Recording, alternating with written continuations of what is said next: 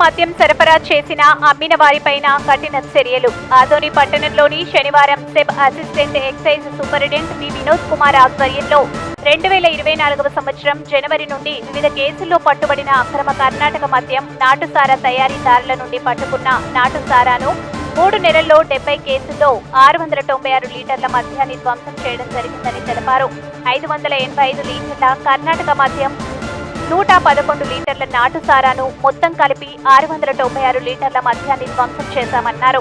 అలాగే ఎవరైనా కర్ణాటక మద్యం సరఫరా చేసినా అమ్మినా వారిపై కఠిన చర్యలు తీసుకుంటామని, ముఖ్యంగా నాటుసారా తయారీదారులు కర్ణాటక మద్యం అమ్మే వారిపై, కర్ణాటక మద్యం సరఫరా చేసే వారిపై ప్రత్యేక నిఘా ఏర్పాటు చేశామని, బట్టీలను ఎప్పటికప్పుడు తెలుసుకుని వాటిని ధ్వంసం చేస్తున్నామని, నాటుసారా అమ్మినా, కర్ణాటక మద్యం అమ్మినా వారిపై తీవ్రంగా చర్యలు ఉంటాయని, రాష్ట్ర ప్రభుత్వం ఇసుక అమ్మకంపై కొత్త మార్గదర్శకాలు సిద్ధం చేస్తున్నారని, వాటిపై త్వరలోనే అన్ని వివరాలు తెలియజేస్తామని తెలిపారు. ఈ కార్యక్రమంలో సెబ్ సిఐ వినీలత, సిబ్బంది Munirangadu, Srinivasulu, head constable SK Mohammed తదితరులు పాల్గొన్నారు.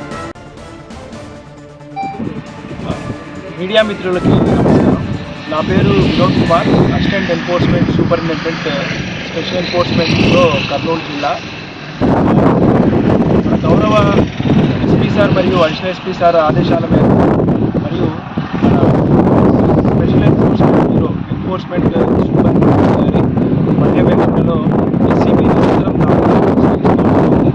మీరు ఇదివరకే చూస్తున్నారు ఈ విషయంలో ఎస్సీబీ ఏ విధంగా దాడుని మోడల్ చేసి అనేక కేసెస్ని డిటెక్ట్ చేయడం జరిగింది తెలిసిందే. ఇక్కడికి రావడానికి ముఖ్య ఉద్దేశం డిస్ట్రక్షన్. ఇదివరకు జనవరి నుంచి మార్చి వరకు మనకు దొరికిన కేసెస్లో కర్ణాటక సంబంధించిన కాంట్రాబ్యాండ్ ఏదైతే ఉందో వాటికి సంబంధించి డిస్ట్రక్షన్ అంటే ఈ వినాశనం చేయడానికి వాళ్ళు రావడం జరిగింది. ఇందులో భాగంగా ఈరోజు మొత్తం 70 కేసుల్లో 696 లీటర్ల నాటుసారా కర్ణాటక నుంచి మనం పట్టుకున్న అక్రమ మద్యాన్ని ఈరోజు డిస్ట్రక్షన్ చేయడం జరిగింది.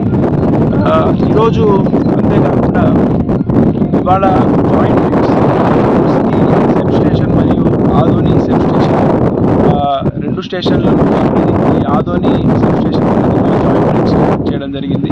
అలాగే లిక్కర్కి సంబంధించిన ఈ కొండల్లో ఆదోని బట్టీలకు సంబంధించిన కూడా ఎస్సీబీ ఏ విధంగా అయితే ముమ్మరంగా దాడులు నిర్వహించి కూడా అలాంటి దానికి నిదర్శనాలు చూడొచ్చు.